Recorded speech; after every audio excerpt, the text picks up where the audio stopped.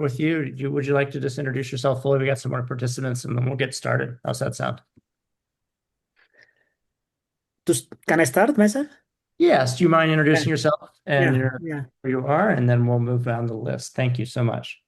yeah. My name is Amara, and I am a full-time lecturer at Addis Ababa University in Africa, specifically in East Africa.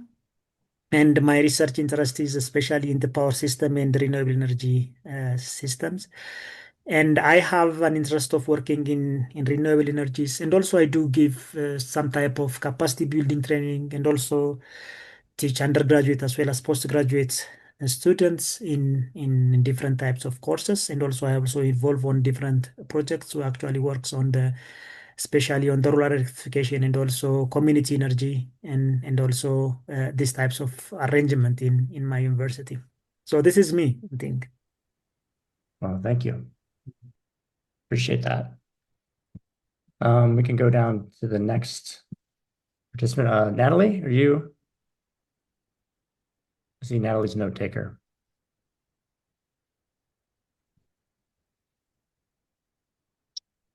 How about anyone else on the call? Is it Reluch? Said that right? Yeah, correct. Thank you very much. There's some background noise, so allow me to quickly excuse myself. Just a second, please. No worries. Trying to get my screen here to cooperate. Okay. Hear us? Yeah, thank you very much. My name is Oluoch Were. I'm based in Seattle, Washington, originally from East Africa as a Mare, but from Kenya. My background is in renewable energy development, mainly solar and wind, having Mhm. been in the sector for the last 10 years, developing solar, mainly solar commercial and industrial and utility scale projects within Africa and some parts of Europe, having been the regional director for Kenya and East Africa for a UK-based company that develops and finances renewable energy projects, and mainly, as I mentioned, solar and to a small extent, wind projects in Africa. Uh, I've been able to join quite a few of your webinars, which I must say, thumbs up. You guys are doing an amazing job in terms of enlightening and, just spreading knowledge to, future generations. And you're doing an amazing job. And I thought, why not join this particular one, basically to just come listen and share, mostly listen and get to know more, especially about the US market, whereby I'm a newbie, and Mhm. yeah, get to also network and see what the future holds. So that's my background. What am I looking at in terms of being in the renewable energy space in the US? I'm looking at focusing more on the wind sector. Mhm. I've been on the development space, focusing more in terms of bringing matchmaking, bringing in investors for shovel-ready projects, both wind and solar, mainly in Africa. But I'm also Mhm. looking at it from an angle whereby I need to learn the hard skills in terms of it might be a technician who maintains these windmills and so on. And I've been doing some kind of research, getting to see how I might will I be able to get into that space or that market? And that's why I'm here basically to learn from the people who've been in the space for quite some time, the likes of Remy and so on. So thank you very much for this opportunity. And yeah, more than happy being here. Thank you. Very welcome. No, thank you. That was wonderful, and we appreciate that. And Remy, she is the driving force, and she is the amazing individual that is putting this all together for us. So I'm giving her accolades. She's not here today, but she will be listening to this later. So thank you. I appreciate your Yeah, kind words. thanks. Next in line, and if there isn't another, I can't see who else popped on, but if there is no one else, we'll go ahead and start with Grace as an introduction. Hey there, my name is Grace Clark, and I work with EDP Renewables North America in the Community Relations Department. Do you want me to go in any further, or just I mean, my presentation will Yes, we'll begin.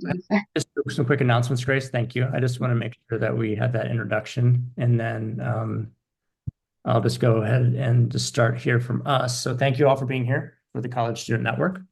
We'd like to do just some quick announcements here in the beginning that we'll go through. And let's see. Oh, it's not. I lost it. There we go. My apology there. Just want to let you know some upcoming events that you might have heard about or seen, but DWEA is coming up, and we have the American Solar Energy Society and REpS. So there's 3 events that we have conference, experience, and student symposia around where you can apply and get a grant-funded opportunity to go to one of these events. There is information on our website at repoweringschools.org and through our email and social media. Happy to follow up with additional information, but we have these dates here on the next slide, February 23rd to the 25th in Arlington. And we can also share these slides later if I'm moving a little too fast to read through these. Open application has just been announced here for a Google Solar Scholar program starting this summer. It's based for Virginia residents, but you don't have to be a Virginia resident to attend. You just have to be in Virginia during that time frame and under the curriculum, as a college student. So please spread the word on that. That's a wonderful opportunity through Google as a partner, and we're very excited for that. And then we have a couple of new programs coming up in the fall: Career Assistance Program, Empowering Forward, which is an alumni and ambassador program that we have put together, Remy, I should say, and grateful for that, and more information coming soon. And then without further ado, to let you know that these are being recorded. They will go up on YouTube, and we can share it out to anybody who would like. We appreciate you all accepting that, and Grace, thank you, most importantly, and EDP. And that's what the channel looks like. And then without further ado, Grace Clark, Senior Community Relations Associate. I'm going to stop sharing my screen, and I'll let her take it from here. Thank you so much, Grace. Thank you for having me. Can you see my screen okay? I can. Okay, great. So, I have a bit of an unconventional background that brings me to renewables, and that's kind of what I'd like to highlight today for you, this unconventional path that brought me here, and then talk a little bit about our work at EDP Renewables in the Community Relations Department. Please feel free to ask any questions along the way. Don't hesitate to stop me. Thank you. So I'll give a bit of an introduction and talk about my early background, education, some work experience, and then focus on EDPR. So Oluch and Amari, the EDPR experience might be the most exciting for you, whereas if there are some folks that are looking to enter the renewables field, the first few sections might be interesting as well. Just a quick intro, that's me on the right. I am the Senior Community Relations Associate at EDP Renewables North America. I work with 2 other people in my department in community relations, the manager and a community relations associate. So I'm kind of in the middle of the hierarchy in our department. It's kind of a small department for community relations compared to some companies of our size, but I can dig into that later. I live in Asheville, North Carolina. I work remotely, and I've been at EDPR about 3.5 years. As far as things that I love from my job, I love the small town aesthetic, talking about feelings, and I love travel perks. And I dislike internal paperwork to get things paid, working on airplanes, and late nights. I'm a morning person. Give you a little background. I'm taking it really far back because I think this impacts who I've been shaped to become as a person and how I relate to people and connect to my world. So taking it back to birth, I was born in a trailer on a potato farm in Idaho. My grandfather was a potato farmer, and this was his property. My aunt and uncle lived in the house while we lived on the trailer that used to exist near these green bins. And then I spent my early years in the Florida Keys. and then moved to Minnesota, which was in a town near Fargo, North Dakota, when I was about 6 years old. So going from one of the warmest places in the country to one of the coldest. And then eventually moved to a very rural town, population of about 602 people in sixth grade. And that's very much a farm town. And then I attended an arts high school in Minneapolis, so in a more urban situation for my junior and senior years of high school. I'm the daughter of educators. My dad is a photography professor, and my mom is an elementary teacher. So I say that because I think they work with people from a variety of backgrounds, a lot of immigrants, a lot of especially within the arts, like people of all interests. And I think that exposed me to a lot as a young person. And traveling, we had summers, or they had summers off, so we traveled a lot to see family across the country. So I just became exposed to a lot of different environments and a lot of different people. And tagging along with my dad as a photographer, I was just observing things a lot and trying to understand my environment in a way that photography uniquely kind of situates yourself for. To get into my education a little bit, I started my undergraduate degree at Utah State University in Logan, Utah. I honestly just wanted to be in the mountains out there, and my parents got in-state tuition, or sorry, my parents went there, so I received in-state tuition as like a legacy program. I studied photography and American studies. I was interested in American studies because I just am so fascinated by culture of people and wanted to understand and just like have an excuse to kind of dig into what drives people, what how they interact with their world and the relationships that shape them. And then photography has always been an interest of mine and is also a tool, like I said, to be curious about the world. Eventually, my scholarships ran out though, and I chose to go to a more affordable school because I got free tuition in Minnesota through my dad's employment. So I took that route, which was hard, going back home to a fairly small town in rural Minnesota. But it gave me a lot of opportunities to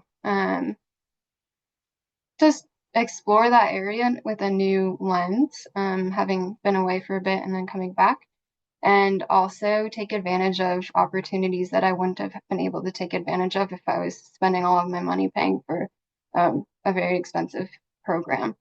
So at this school, I studied photography, art history, and museum studies. So I dropped the American studies. And I was like, you know what? Through art, you can study anything. And so I just kind of honed in on that while I was there. I was also working through college to pay for my living expenses and the bits of college I did have to pay for. I worked at a coffee shop, pizza shop, liquor store, in the photo labs at the school, in the school gallery, in the art collections, archive, and I also taught college for kids, which was like workshops for youth during the summers. And then I also could take advantage of internships, like I said, because I had the financial privilege of not paying for school, I could then use money to support myself doing unpaid internships. So one of them was at a photographer's studio, and then another one was at the George Eastman Museum, which is a very significant photo collection. They have an amazing technology department where they have cameras that have been on the moon, or the earliest cameras that exist, as well as a gallery and photo collection. And so through these opportunities, I was just kind of building a toolbox, like trying to figure out these different skills that I may have interest in, just gathering a lot of different experiences and trying to set myself up for something in the future. This is me in a photo lab and the university gallery at the top. To get in my work history a little bit, after undergrad, I traveled for 6 months in this camper. So at the bottom here, there's a camper that I built. And this wasn't easy for me. I had like $1,000 to my name, and I was like, I have no idea if I'm gonna survive or like how long I'm going to sustain myself. But I have the privilege of having a safety net of parents that if I needed to, I could sleep on their couch for a short time to like rebuild myself. So I took a chance and decided to work at a music festival selling pizza for about a full summer. So I worked at Coachella and Bonnaroo and Electric Forest, these kind of big festivals where you'd work like really long, hard weekends, and then you'd have a month off or so in between the next job. And then I photographed and explored the country and drove about 25,000 miles within that like 5, 6 months. Um, and just saw a lot of the country and um, was alone a lot, which offered like great thinking time and reflection on like what I wanted out of the next things in life. Um, but eventually I ran out of money and I needed a job and a place to live. And the Massachusetts Museum of Contemporary Art offered an internship program that also came with housing. And so I landed there in a communications internship. And that was not my first choice, but the first choice, which I think was like a photo internship, what didn't exist that summer. So I took what they gave me, and it got me into a really cool atmosphere. Mass MoCA is the largest contemporary art museum in North America by square footage. It's in an old factory, and so it's just amazing, and it's known for really large scale installations. Like eventually, I became an art fabrication and installation assistant, and so we would build pyramids made out of pallets that were 25 feet tall, or an indoor polar plunge with like an ice rink and a dunk tank. Just outrageous art projects that we're building for other people. And so I developed a lot of like construction skills that were really cool, and project management as well, as we like worked through these super huge scale projects that would be on display for at least a year. At the same time, I worked at a photographer studio. This photographer, Gregory Crutzen, is known for really large scale photo shoots, kind of like small movie sets. They bring in giant cranes with lights on them, and we're like setting up catering for essentially a film crew. So I helped both manage his archive in the regular day-to-day, and then as a production assistant during these large scale photo shoots. And then I was also trying to run my own like kind of art unofficial nonprofit program thing where I was setting up artist residencies for other folks, and one of which included Trampled by Turtles, which is a fairly well-known bluegrass band. Helped them establish a residency for a short time until COVID kind of knocked that one out. But I was really busy during these few years that I was kind of entering the workforce, and I loved my jobs. They were really dream jobs in many ways, but I was working too much, and I overworked myself, my body, and I became injured and had to quit my jobs, move in with my parents, and just seek medical care for about a year, because I like physically couldn't use my arms anymore. And that put a lot of things into perspective. So I was like, okay, what's next? I couldn't physically do anything, which a lot of my previous work relied on, but I could learn some new skills. And that's when I got into conflict resolution and mediation. And I was just fascinated by how conflict can actually grow relationships rather than divide them, and thinking about how in my personal and professional life, like those are just really useful skills to have, and wanted to work more personally or interpersonally in the future and get at like core issues and concerns and beliefs, and relate to people in that way. So I didn't know how I would use this, but I did some training in Minnesota to become a trained mediator, and that eventually did shape my career a bit. But before I got there, before I used that work or that experience, I attended the University of North Carolina, Greensboro. I received my Master's of Fine Arts for studio art, and I was also studying peace and conflict studies, just thinking I would get a certificate and end up pursuing that because it ended up being more international relations focused. But those classes were really helpful, and I was teaching at the time as well. I had a follow-up job for North Carolina's Governor's School, which is a nonprofit that teaches or supports that kind of excel in their education and gives them a summer program to dive deeper into their interests. And I was a studio arts and social emotional course teacher. And then I landed at the Insight Photography Project in Brattleboro, Vermont, which is a nonprofit that teaches photo classes to kids as a program coordinator. So I was really hopping around, but all kind of within the arts, within teaching, and slowly getting more and more into like connecting with people's needs and emotions and things of that sort. And that brings me to EDP Renewables. EDP is a company that has projects, solar, wind, and storage all across North America. We have 60 wind farms. We had 61. We just took our first one down. 27 solar parks, 11,600 megawatts. It is roughly the 5th largest renewable energy company in the United States. But we are owned by a parent company that is European, and that parent company and all its babies are about the 4th largest company in the world. So I didn't know what EDP was whenever I started working before I was employed by the company.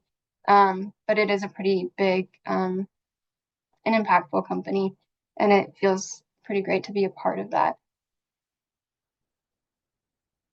But you look at this and I'm like, okay, this is a very corporate atmosphere, very far from the arts. I didn't make more than $30,000 a year before this, even though I was working my butt off. Like, how am I qualified for this? But that's where transferable skills come in. I had a lot of experience in graphic design, like I said, conflict resolution, education, event planning, just had interpersonal collaboration skills, working with different teams to make projects happen. I had a lot of curiosity, interest in like knowing more about the people and things around me, self-motivation, and then life experience. Like as simple as like I know what the country looks like and like how the geography might impact the landowners and things like that aren't as immediately you wouldn't think of necessarily when you're applying for a job, but those things come in handy. And how did I hear about EDP? I actually learned of the company and the job through my employer from the museum. So my former boss at Mass MoCA called me one day when I happened to be applying for new jobs because I moved to Asheville. And he's like, hey, I'm working at this job and it's the best job I've ever had. You should apply. And they happened to have a community relations position, which was the thing I had the most interest in and the most transferable skills, relatable transferable skills. And so I was like, oh, maybe I should try it, because at this point I knew very little about renewable energy. I'm not like you all on this call, Olerch and Amare. Like my background obviously was not in renewables. I wasn't studying renewables, but I took a chance on it and they took a chance on me. And so I'll get into a bit about what we do at EDP in community relations. But first I want to say or define who is the community that we're working with. Community relations stakeholders vary from project to project, but typically include landowners, neighbors, already highly involved citizens, civic groups, schools, educational organizations, emergency services, chamber of commerce, local nonprofits, tax beneficiaries, local officials, business owners, and more. So we are kind of honing in on one community, often a town, township, sometimes as large as a county, but it doesn't usually get that big in scope, and really trying to customize our work to that area and to its people with projects in mind. So with building wind and solar and storage as an ultimate goal, but keeping our mission in the community relations department, like at our core, to drive and steer our work.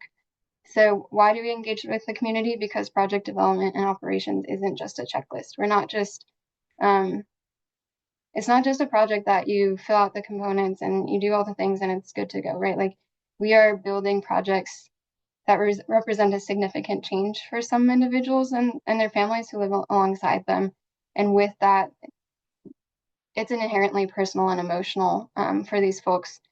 And we want to make sure that they feel comfortable and feel knowledgeable and supported through the process, and make sure that as long-term partners, or not partners, but collaborators and neighbors, that they feel comfortable for the long term. And ultimately, that's about building strong trust-based relationships that will de-risk local permitting, which helps us build the projects, pave way for future investment for renewables, and then in the long term, maintain supportive relationships with the hosts of our projects. And ideally, like, make them feel proud of us. In this picture, these landowners were in New York, Maple Ridge Wind Farm, and they were so proud of the project that they were involved with. They had these scrapbooks and they're just sharing them with us as we visited once. And it was the sweetest thing. And like that's for me, that's like success, is when people feel like truly proud of being collaborating with us at EDPR. So what do we do? Like, what does community relations even do? Much of it is event focused. So we host events that are typically organized at the request or requirement of permitting. So we are checking a box for permitting, but along the way, we're making sure that we are acknowledging like the human elements of these projects as well. And these are often educationally focused. They're to address stakeholder needs, and they are generally best practice. These include decision maker meetings, landowner coffee hours meetings, landowner dinners, open houses, site tours, things like that. Community hosted events that we attend are a great way for us to like go to where the people are rather than ask them to come to us. And those can include chamber meetings, fundraisers, festivals, parades, county fairs, career days, school visits, things of that sort. And why do we do them? We want to build visibility, familiarity, and connection. It's hard to be trusted when folks have never heard of you.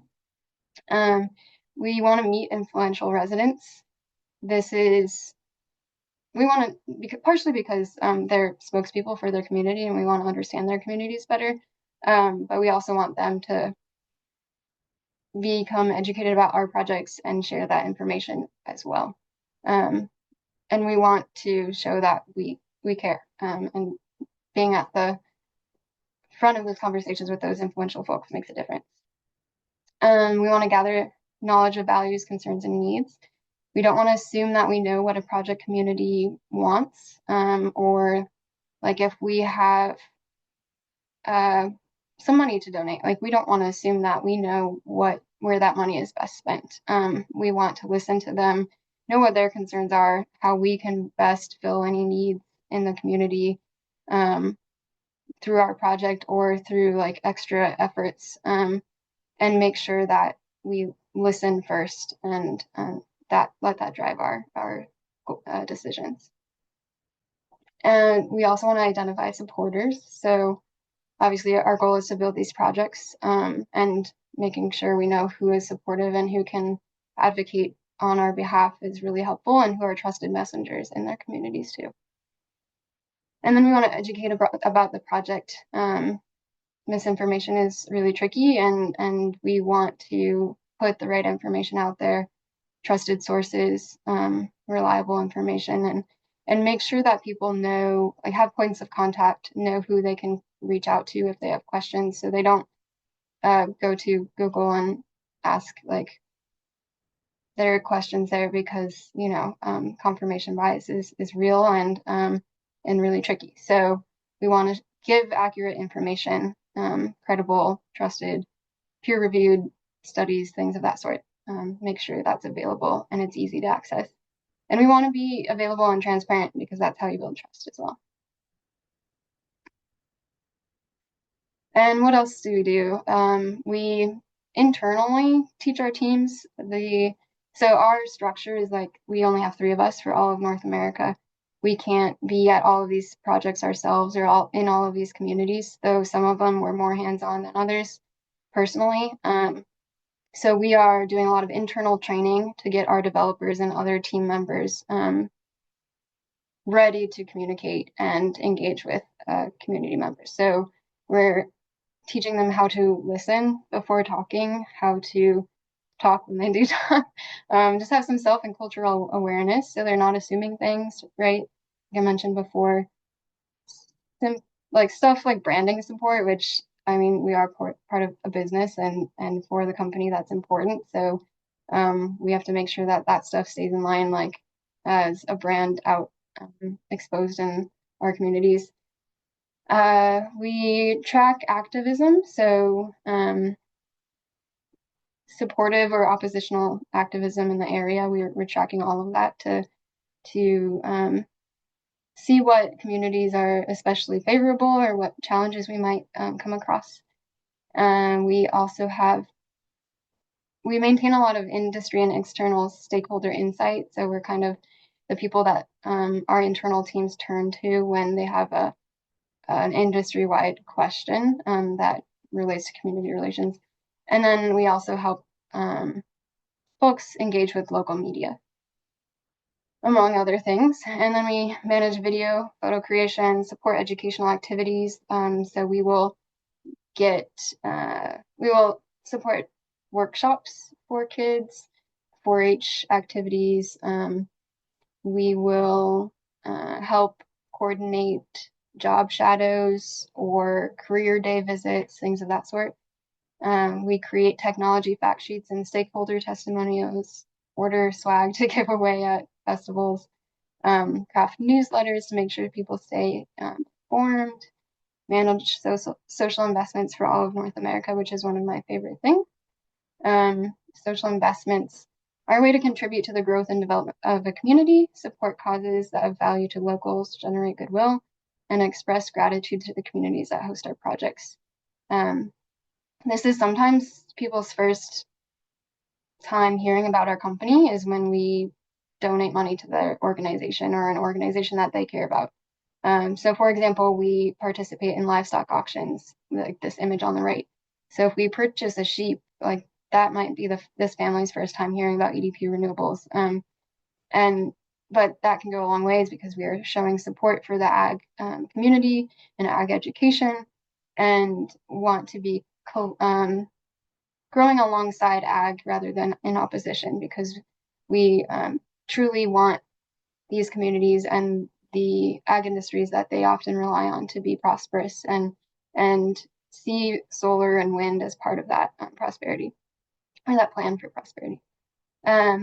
It increases brand visibility, but also is just a way to genuinely give back to the community in ways that they value. So we have to hear what they want, right? And where they want the money or where they want support, what kind of projects they're working on that need extra funding. And that's where we try to put the money. And we want to make sure we ask folks for recommendations because we don't want to assume. Who do we donate to? Schools, food pantries, parks, festivals, community ed classes, sports, youth rodeo or ag, livestock auctions. The picture on the right, that's a crew of our ops team at Timber Road Wind in Ohio, just like gardening at this, I believe it was the Paulding Nature Center.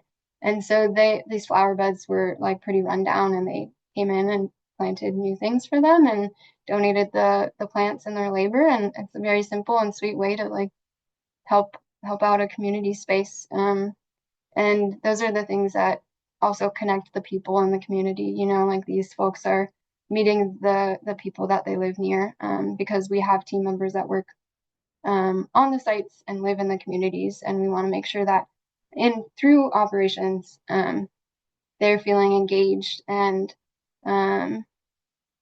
valued in their work in their communities as well. And then some of the biggest social investments we do are related to KidWind, 4-H, and FFA. So these are all organizations that focus on youth education. KidWind is specifically geared towards renewables, whereas 4-H and FFA are historically like largely ag focused, but also go into STEM education and many other things. And we sponsor all of these at the national level to varying degrees. And so we support them on the national level, but then we also support them on the chapter level as we work in project areas. This on the right is a wind tech that is supporting a KidWind workshop in, that caption's wrong. It's actually in Illinois, in Delavan, Illinois. But main takeaways, that basically there are just a lot of infinite number of ways to get somewhere, and you never know where you might land. So I came from a background in art and education and museum studies and a bunch of other things. But I landed here and really appreciate my position and the work I can do. And for me, the common denominator through all of those things is that the passion driving thing is people. And so for me, connecting with people, understanding their goals, their lifestyles, their needs, and using my role to help them prosper or grow or just feel supported or comforted or yeah, it's really at the end of the day, it comes down to me wanting to help people feel comfortable with the renewables and especially EDP renewables as a developer in their communities. But with that said, there's a wide variety of work and skills. So if you are not at all like on the path that I've been on, or you aren't sure where you want to go, or if what you're doing can fit into a role in renewables, you'd be surprised at like what kind of work we're needing out in this field and in the industry and how in demand it is, which is a really cool thing to be a part of and see grow over time. But yeah, so I think that's all I have. This picture on the right is one of my recent favorite things. It's at the Marble River and Jericho Rise wind farms in upstate New York, like very far north near the border.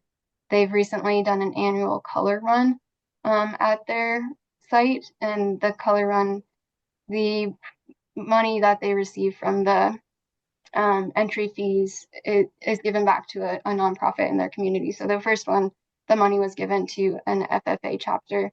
And it's just a really cool way to see the community get together and have some fun and be around the wind turbines in an area that they maybe wouldn't normally like be engaging in. And it brought a lot of cool things together all in one event. So it's stuff like this that's really motivating for me. Do y'all have any questions? Wonderful. Thank you so much, Grace. Yeah, thank you. Yeah, I'm just going to quickly chime in before the next person, but I just want to thank you for starting from the beginning, right, of your history and having it come full circle. I think that was an amazing way to describe everything that you've been through and through your course of life to get to where your career and your goals are. It was wonderful. Anyway, a beautiful story. So I have no questions myself, but anyone else on the call?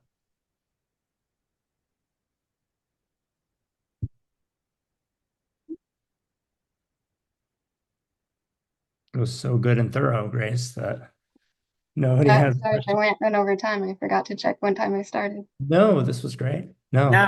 Yeah, I think it was a very nice and also well structured, and it has a beautiful flow of presentation that you did.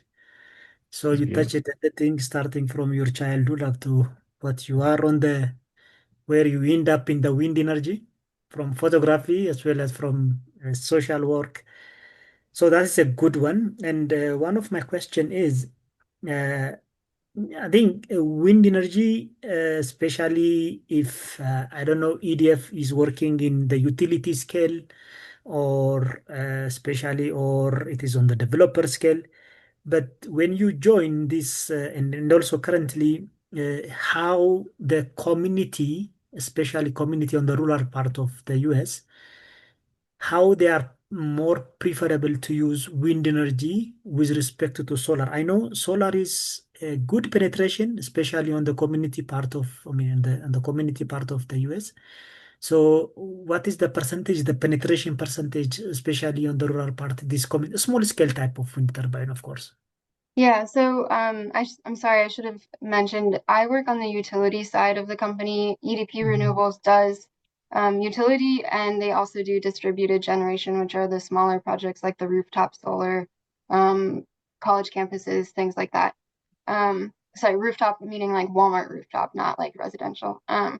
Within utility scale, it really varies. Like in Arizona, for example, I've been working on some projects pretty closely, and they love solar. It's very familiar to them. Like many people have it on their rooftops residentially. Um, so they are very favorable to utility scale solar, but wind would be much harder of a sell for them. The technology is not as familiar. It's just not as commonly seen, so it's a bigger change. Whereas like out east or like in the Midwest, wind turbines have been around longer. Um, and they maybe don't take up as much land, and if agriculture is a concern, taking up farmland might be an issue, and that might be more favorable. Wind might be more favorable over solar, largely due to that. So it really varies, like based on geography, often more than anything. And land use, like what is the current land use? Are they like in Arizona, it's getting harder and harder to farm due to water shortages, whereas like in the Midwest, that might not be the case. What about the investment? I don't know which one is more economical, especially for small scale in US, based on the Uh, solar. for the for the utility scale, they're both very economical. I can't Mhm. say one is more than the other. Like they will pay themselves off Mhm. at a rate that makes sense for us to have a business and still like make a profit, right? Uh, but on like a smaller scale, I can't speak to that Mhm. because we do the utility scale. But they're both very economically viable. And that's kind of a misconception. People think like, oh, they cost way more than they're worth. But that's just not the case. We wouldn't have a company if that were true.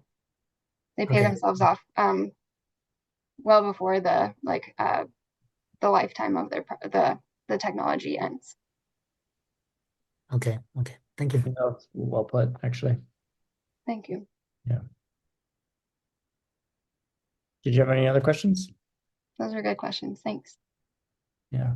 Well, that was I enjoyed your presentation a lot. Great. Well, you have someone else popping on, so maybe there's one more question. We have a couple more minutes remaining.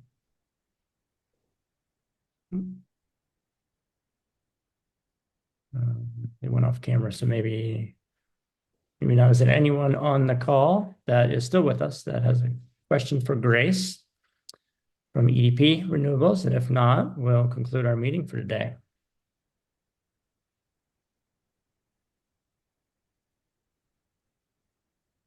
All right. Grace, Thank you any all for your questions for time. us? No, I Okay. appreciate being part of this. Thank you. Thanks for all We you're doing. appreciate that. That was a wonderful background and a lot of perspective on where you can start, if you don't have that background, but you did have that background and various skills you learned along the way. I was the same. I did environmental science for my studies, and I got into marketing communications. So microbiology was my focus, so Yeah, big shift. whole different world, a lot of Yeah, education for that master's that I don't use anymore, but that's okay, it's good to surprise yourself. Yeah, exactly.